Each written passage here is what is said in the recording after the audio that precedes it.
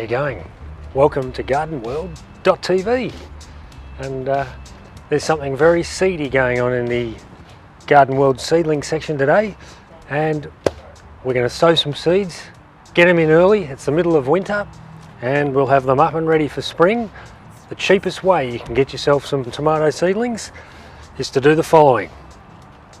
Okay, seedling tray, and I'm using some Debco seed raising mixture, which we just fill the tray to about half full.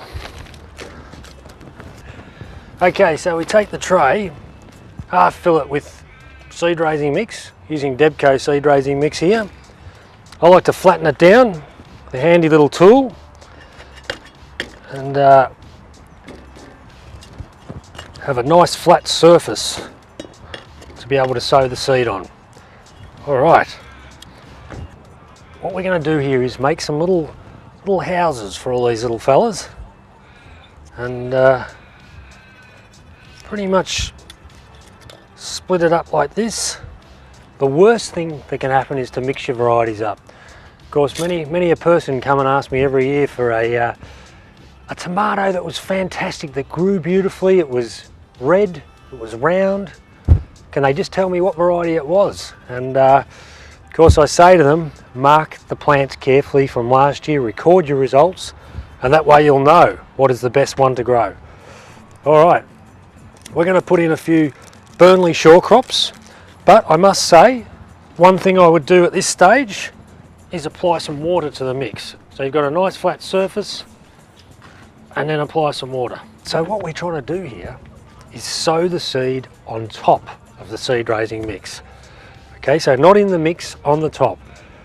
And if I start off with some tomatoes, I've got my Burnley shore crop. Again, I've got the label, and I'm going to put the label in the tray so I don't confuse the situation, and I think we'll sow the whole lot. So Burnley shore crop, just checking. Sprinkle it throughout that area. Try and evenly space them. And in they go. Alright, then we've got some ox heart. So we'll go the ox heart in here. Ox heart, a pink tomato, very large fruiting, big fruiting tomato. And we'll go the ox heart now. And again, try and evenly space them. And in they go. Alright, then what else have we got here? Tomato ram's horn. Interesting tomato with a curl on the end of it. Looks a little bit like a ram's horn, apparently. I've never grown this one. So let's just see how it goes. Alright. And in they go. Alright. And then two more varieties. We're going to go a tomato Mr. Ugly. This is the world's ugliest tomato, and a fantastic eating tomato, but looks very, very ugly indeed.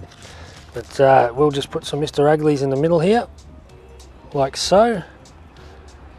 It's probably enough. And in goes the label, Mr. Ugly. We'll just put that in there like that. And then I'm going to try some kale, some red Russian kale.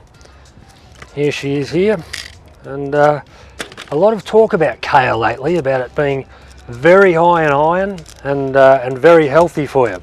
And you don't often see a lot of kale around. This is a red one, so we're going to try a little bit of kale. In we go, evenly spaced throughout the tray.